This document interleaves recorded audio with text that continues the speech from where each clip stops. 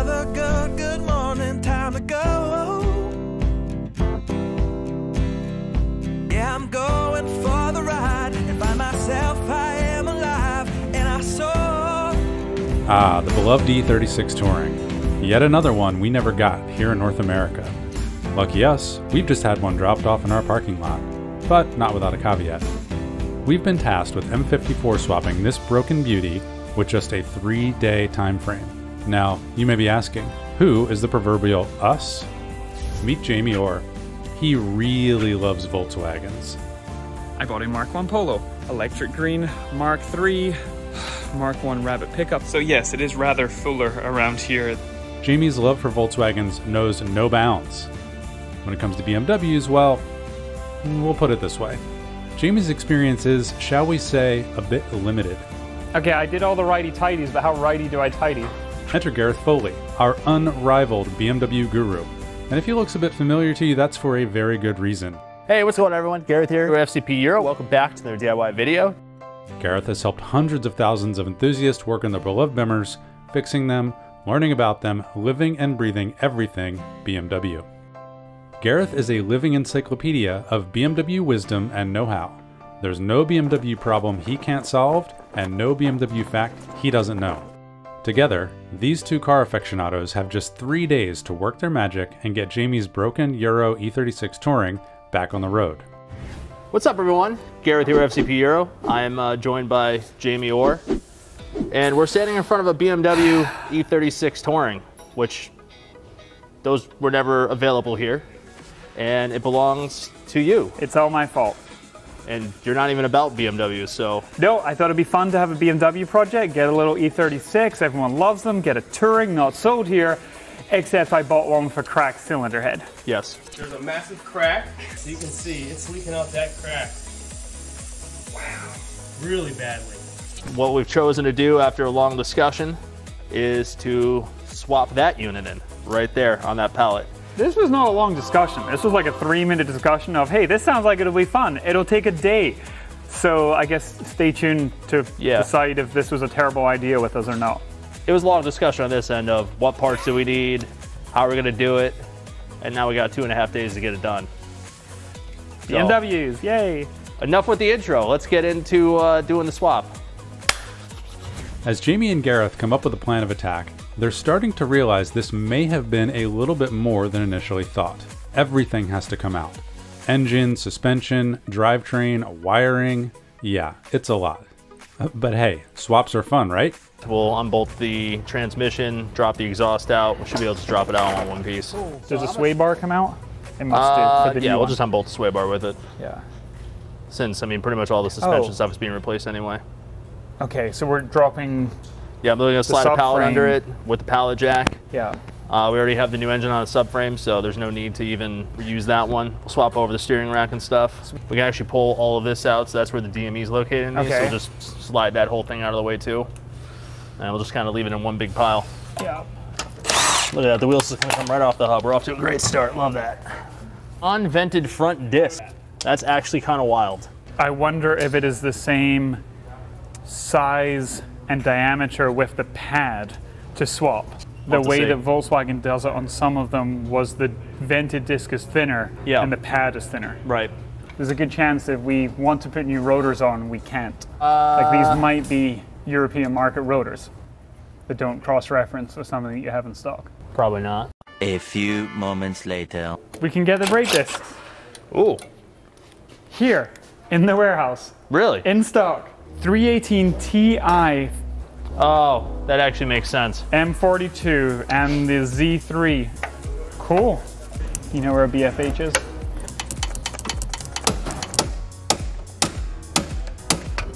Wow. Yep, that was all the brake material. Been sitting broken with me for a year.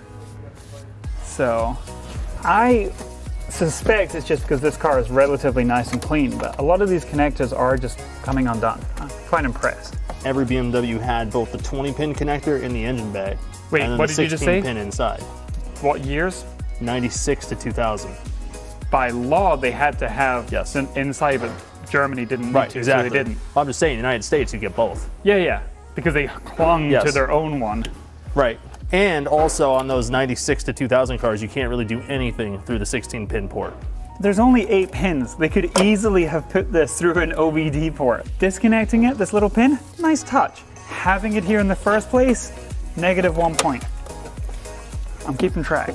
I'm not gonna keep track. I'm talking a big game? No, I'm just trying to work and keep up.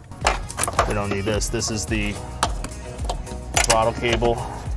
Every BMW ever dealt with the batteries in the trunk, which it should fit, right? Well, yeah, I mean, it'll definitely fit, Okay. but it's just strange to see that because I've just never seen that before. But I think that's just weight distribution. Despite the long list of items that needed to be done, under Gareth's watchful eye, the guys have everything ready to drop the engine and drivetrain. 6, 7. 7? 6. Okay. We're 6. I'm Oh, single wait. 6. Yeah. We got the 2 in the back. We got the 4 underneath the subframe. Yeah. Welcome to us arguing about how many bolts there are left. It might be 6, it might be 7.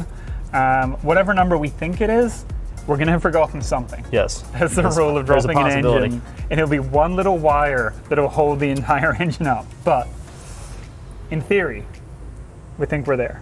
Yep. I'll give props as a Volkswagen Audi person. This whole firewall bulkhead with the connectors that go through for the ECU and the transmission controller, it's pretty nice.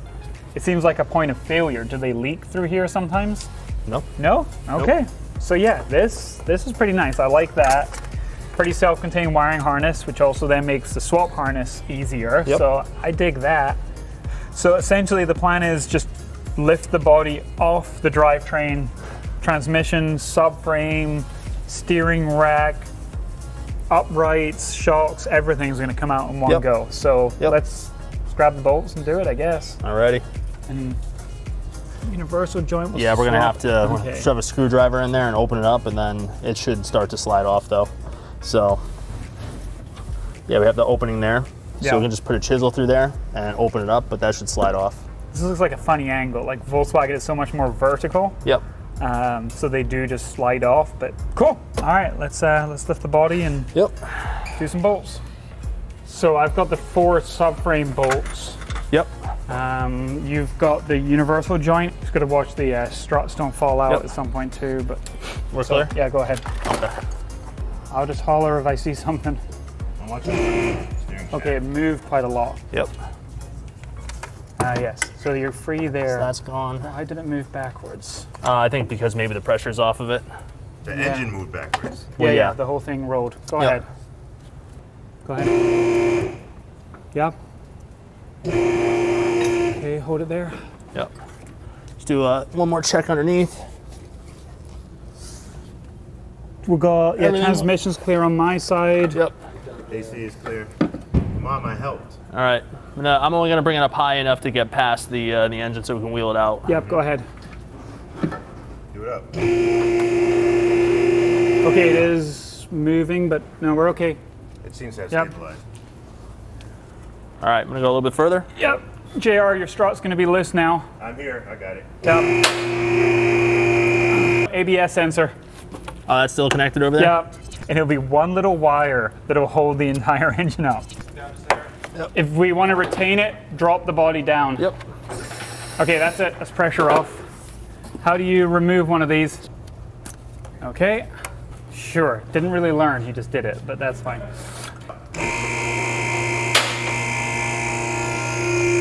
Now, before the internet yells at us for leaving the brake calipers hanging on the hoses, I already made the comment we're going to be replacing the hoses, so it was determined that They look kind of iffy. to heck with it. Yep. But I would never support. Do not do as we do. Nope. Support your brake Unless you caliper. plan on replacing them. But even then, I feel like it's putting a lot of pressure on the like. It's all right. fine, sure. It's okay.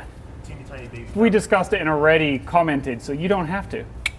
So we gotta swap the sway bar over, the steering rack, Uprights. the uprights, which those just unbolt off, which is nice and easy. But we gotta do the Baller joint. ball joints on the tie rods. So we got a decent amount there. Yep.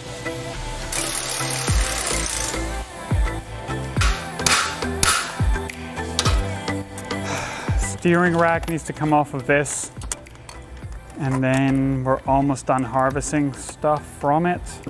I didn't think that the bearings or hubs were bad, but I see that we have hubs and bearings on the pile, so we're going to be putting those on.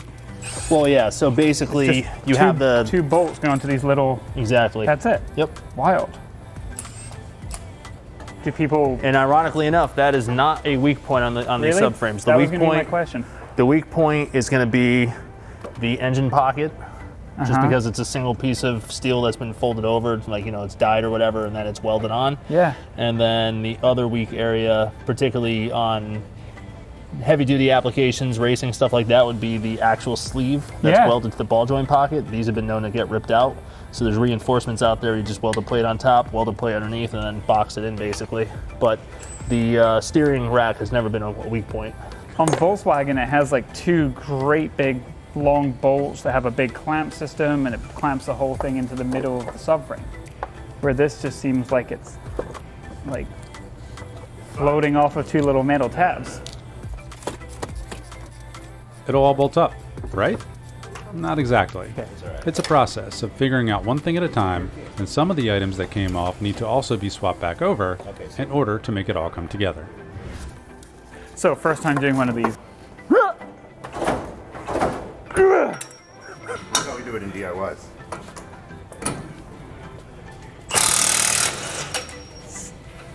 Isn't that sick? Well, it wasn't spectacularly pulling the wall. Wow, that really did come off easy. Now, the only thing is it usually left leaves the that in a race. race, which Oh, is sure. fine. Volkswagens don't leave the race. Oh, hey, look. Or, yeah, you can do that too. Or you just, yeah. Yeah, that works. Hey, that almost did come off with it. It did. That was as good as. Okay, I did all the righty-tighties, but how righty do I tighty?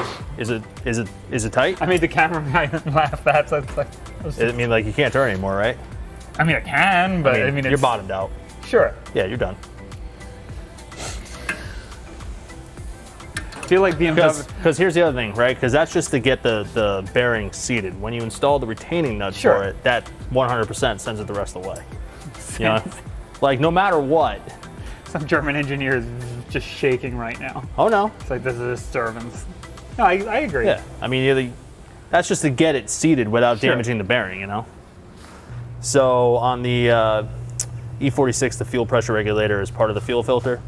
So we have an in and a return. So the return comes from the fuel filter on this setup. And we have two lines that go all the way up because that 318i and also all the E36 is the returner at the fuel rail. So you can have a line that goes up the fuel rail, and then out of the fuel rail, the return line comes back. But because on the later cars, they decided to do the return at the fuel filter, we're just thinking plumbing. So kind of pre-planning what to do. The best solution is going to be to chop the return line here and flare it, and then just run the short rubber hose to it. I'd say that's the best case scenario. So I'll give BMW some props. It looks the same thing. The packaging Yeah. for the filters are identical. So essentially, that's we literally- unbolt it. yeah. We bolt the other one on. So that's great Yep. news. It's even cleaner for the engine bay because there's only one line. Yep. So any normal person not being overly sensitive would just cut it. Yep. Cut the metal line. It goes into, if you come up close here, you'll be able to see it. There's a little rubber line already connecting two barb connections here, with just two little ring clamps, hose clamps on it.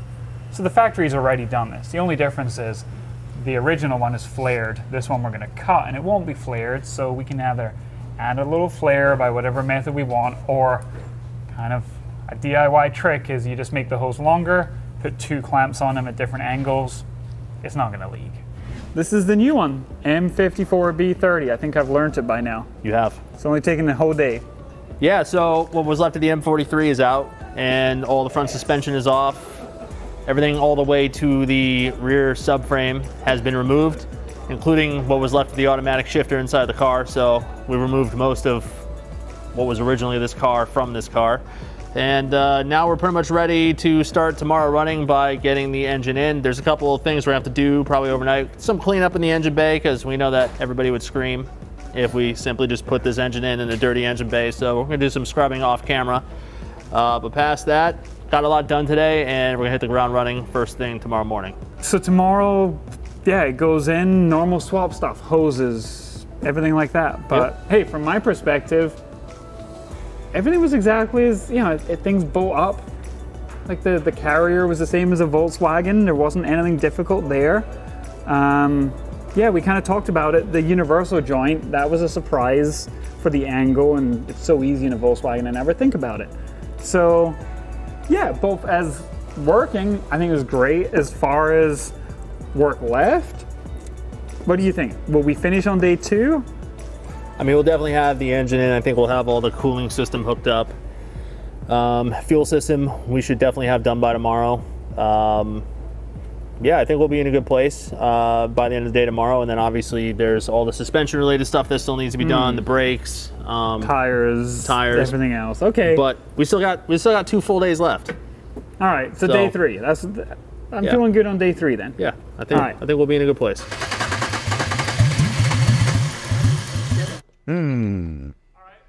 The search starts now. Yeah.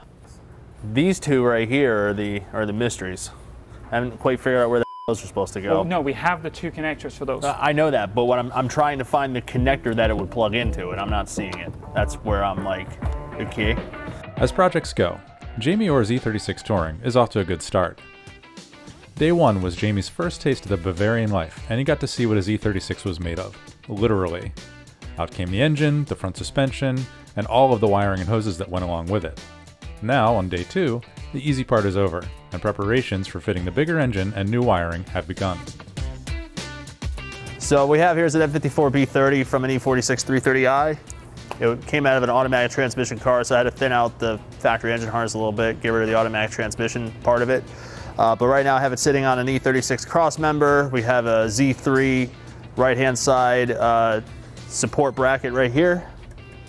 Bolted up a ZF 5-speed manual, which is pretty much the quintessential manual transmission. It's becoming harder and harder to find these days. We're able to find one locally that had the detents already done on it. Has a D-cam clutch installed, so 240mm clutch disc. It's got a new slave cylinder on it, new bushings. We have this Rally Road cross member, which unlike the cast ones won't just explode. This engine came to us in a giant pile with other parts, and I kind of went through it over the last couple of days and cleaned it all up. So intake manifold came off, so it's got brand new PCV system, the cold weather version. So that's brand new Vanos line, brand new oil filter housing gasket, brand new water pump, brand new tensioners, pulleys, brand new harmonic balancer because the thing was kind of chowdered up, brand new oil pan gasket, brand new front main seal, brand new rear main seal, brand new valve cover gasket, intake manifold gaskets. Just kind of went through the whole thing and cleaned it all up. It needed a new cam position sensor on the intake side because the wiring literally just fell apart. And then the other thing that we did too, kind of taking inspiration from the world of Spec E46 and also the fact that this is going into an E36, we're running M52, S52 manifolds. But the trick part about this, and I'm hoping it works, is I have M52, S52 O2 sensors on it in the upstream position. Normally the M54 manifolds, the O2 sensors would be sitting right here and then they will plug in here. I was able to reroute those around the backside and now plug in over there underneath the engine cover. So I had to swap connectors to make that work, but it's still the same 4-wire narrowband O2 sensor, so should be plug and play. And I'm 99.8% confident that it's gonna be just fine. All right, so we're coming in here to day 2, and just in terms of the engine, decided to take the intake manifold back off just to make it a little bit easier to navigate in between the frame rails, just because the intake manifold sort of sticks out kind of far. But it's just gonna make it a little bit easier to get it back in. It's also gonna make it easier to run a lot of the cooling hoses and figure out the cooling system. So having the intake manifold off really is just gonna save us some time today.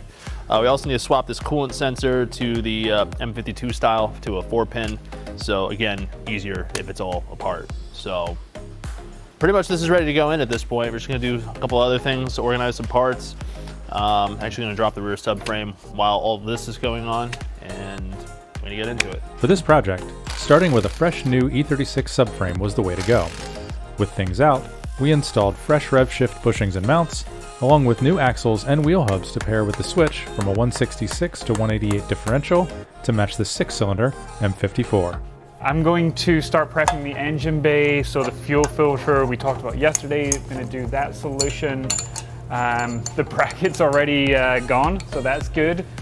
We just talked about putting the new radiator in, but we're going to leave it until afterwards so you don't dent it with a couple 100 pounds of engine on the way in.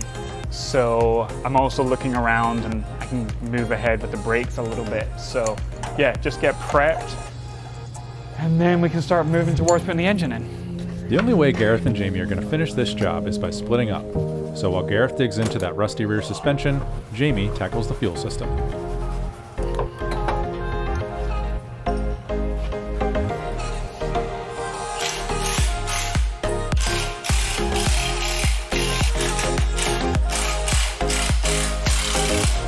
Is this a passenger or a driver's side? So this is going to be, where's the other one? Can we review the footage of yesterday when we disassembled, please? Did you know that in the Volkswagen world, all part numbers signify if they're left or right? If it's an even number, it is a passenger side. That's the way that BMW does it too. Yeah. Okay, so I'm assuming 190 should be left. 120 should be right. All right, I was going to teach something Volkswagen, but I learned something BMW. It's the whole point of being here. So, where's the rusty part number? Over here, maybe, stamped. Oh, yeah. 486, so that would be a right side. Right side. Yep. However, right side, you mean passenger. Yes. However, keep in mind that does not have the sway bar link on it because this is a standard E36. But we can look at the orientation of that. So. Yep. So we got the 120. Yep. Or yeah, the 1200, which would be the right side, and then the 190 over there, which would be the left side. So we're good. Hey, way to go, SolarWorks, for following the part number consistency. Yeah, so we're good. Great. So this is a really cool tool. You clamp it around your brake line, bolt that in there, and then you can flare it on the car in this. And there's other versions that have sort of big handles to turn for it. Unfortunately, our line does not fit through the dies, so it does not help. Oh, that line is too big? Yeah, way too big. Well, we can ignore it and double clamp it, or I can try and think of another way. I feel like I used to know another way, but yeah, worst case, we just work around and double clamp it and it'll be fine.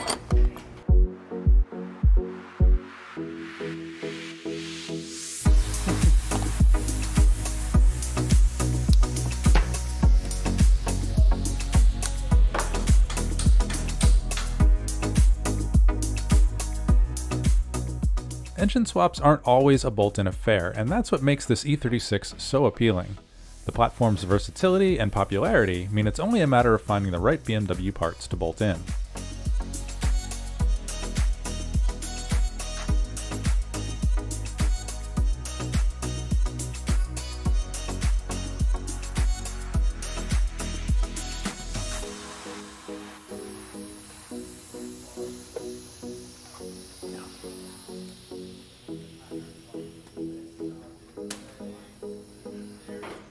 Okay, so the shifter needs to go 8 inches that way. We're angled that direction. We're angled this, okay. Yep. So it needs to go more. The whole thing needs to go that way. Okay, we are really precarious. I'm gonna put it down. Okay, there's a medium chance we're gonna fall off here. So, don't turn it too tight, but go forwards, go towards you. Yep. And to your left. Okay, now cut it to your right and bring it around. Keep going back, no, keep going forwards. We're gonna straighten up. No, keep going towards you, sorry, the front. Oh, yeah. Got it. Yeah. And we're gonna be close-ish. Yeah, we could shimmy it a little bit if we need to. I mean, we're within 2 inches or so. So, yeah, we're probably there. All right. Yeah, you're good. Go ahead. Yep, there's that. Yep, you got it. That's all you need. Yep. Keep going. Really good here. Yeah, we're looking good over here as well. That's you jacked as far as you can one way there. That's pretty close. Yep, we're looking pretty good. Gentle. All right, stop. I'm actually pretty lined up here in the front, so. No, he's going. Well, now it's changing. Okay. Yeah, the rear front fender. I think some of the pressure here too. I just gotta get those engine mounts tightened down in the front, and then Agreed. it'll be where it needs to be. But we got these two in, which is more than adequate. Yeah, so we just got the M54 into the E36, and we ran into a little bit of a snag with the left side engine bracket. Kept the E46 bracket in place because it has the mount on it for the dipstick.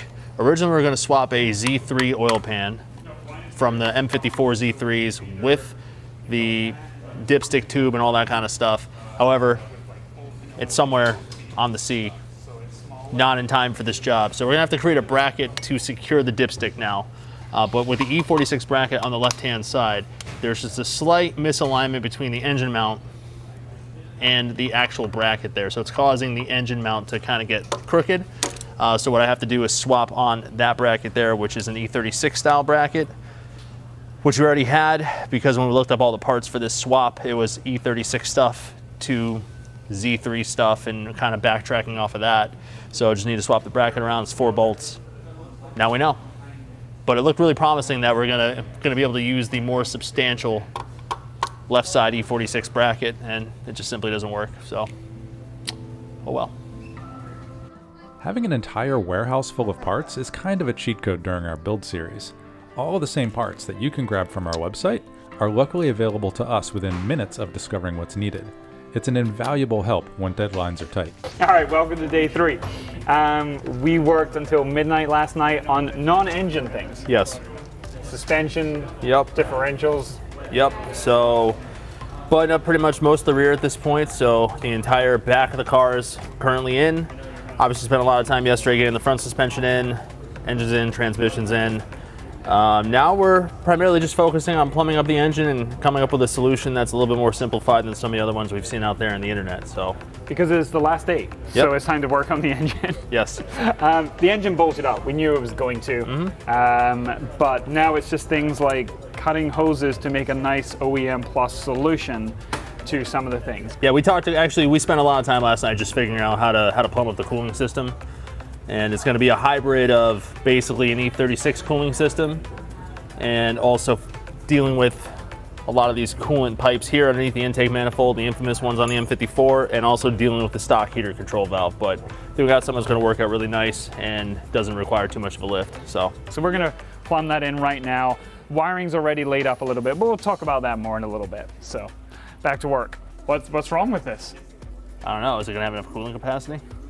I run the tiniest little Honda Civic radiators on stupid cars on racetracks. Yeah. Could try that.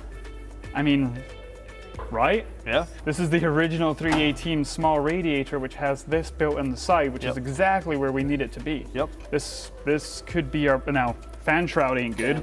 We're gonna have to go to an electric fan. Yes. But this, I mean, how's the cooling system normally in a BMW? Are they close to being maxed, or are they so overbuilt? They're iffy sometimes, but I think for this it'll be fine. I'm sure. I mean, we can put it in and we'll know. Yeah. I bet no one's done this because you don't have this radiator here, right? Which is now peeing on the floor, but okay, then that's it. Remember that wonderful discovery we had for the radiator mount? We didn't cut the old one up, which is great. So this is a solution for right now. Cool. Yep. Yay, motor swap fun. Find the right Legos, and if they don't exist, cut a Lego in half.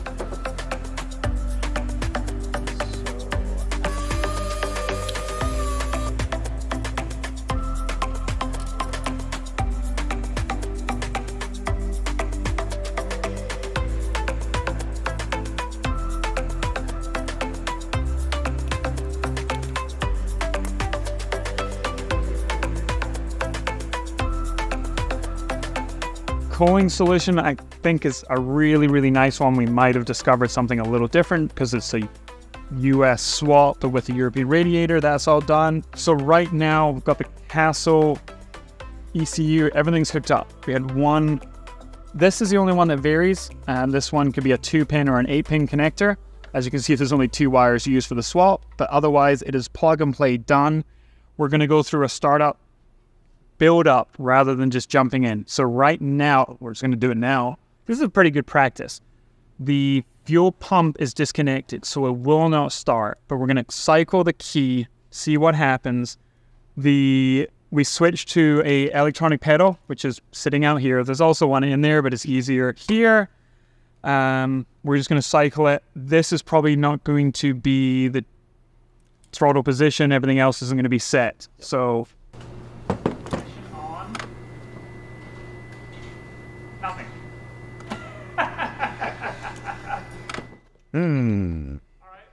The search starts now. Yeah. That's what I was afraid of. That's fine. Yep.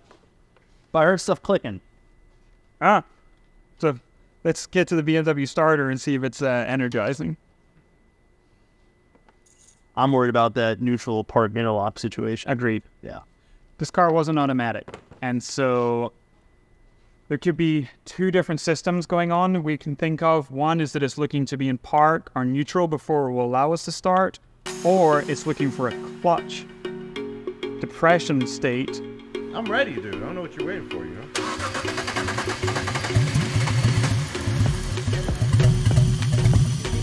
Oh. Yeah, baby!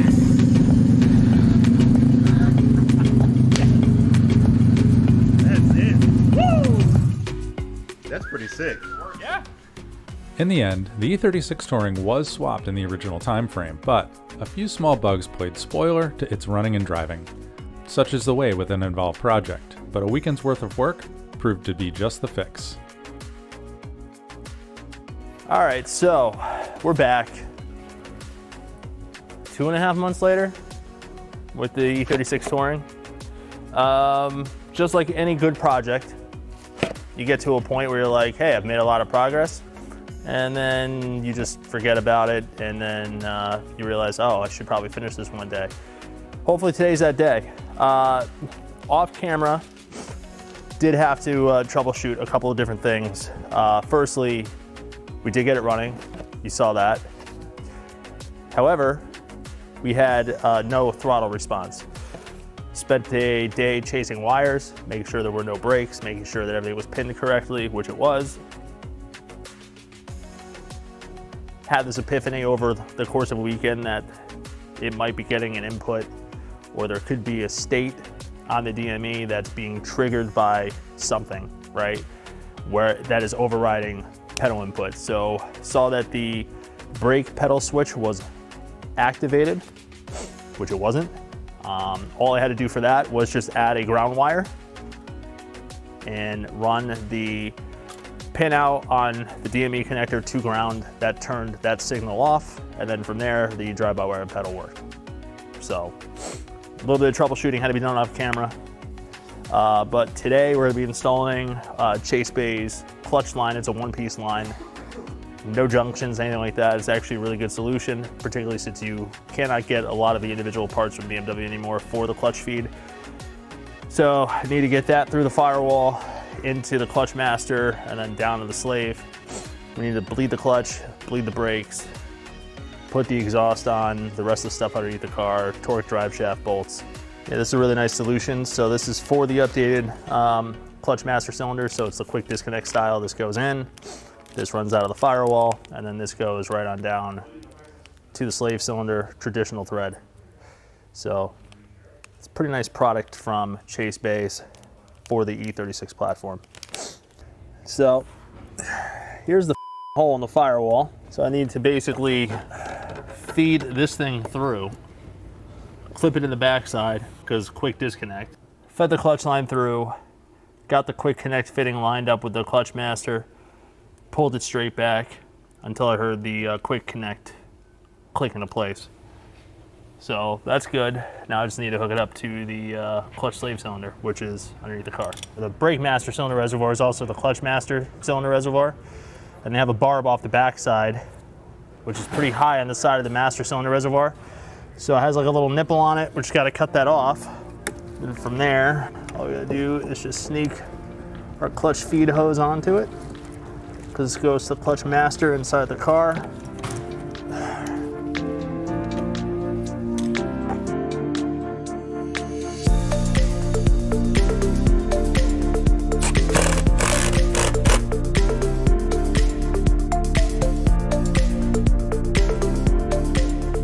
Yeah, I'm just throwing up the mid pipe right now. It's a big, heavy, bulky part, so I want to make sure it's properly supported. Once we have it up in position, wedged against the exhaust manifolds, I'll get the hangers on the rear. We'll get the nuts started for the flanges. Actually, I might just do the nuts first, then at least it's anchored to some degree.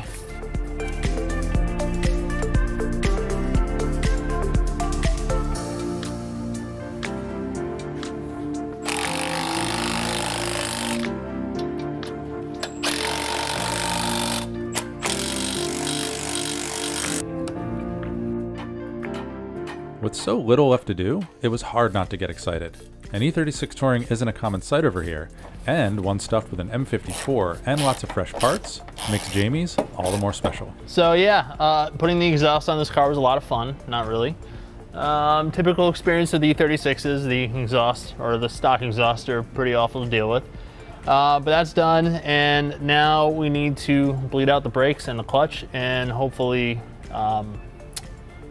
we have a clutch pedal and a brake pedal, because then we'd be able to drive this out of here, and that'd be cool.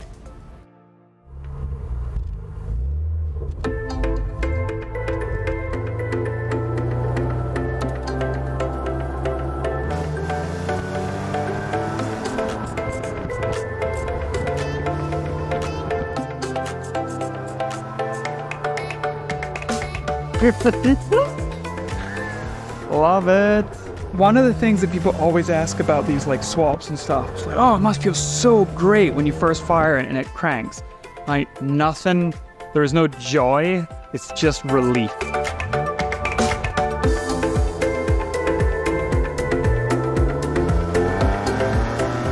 Obviously having the space here available to do the work, and then also on top having an entire distribution center behind with parts that you can literally just go get, you know, without that behind, that could set you a little bit back. But I think the other thing too is, even if you do a ton of planning behind the scenes, there's always those unknowns, and you don't really know what they are until you finally get into it.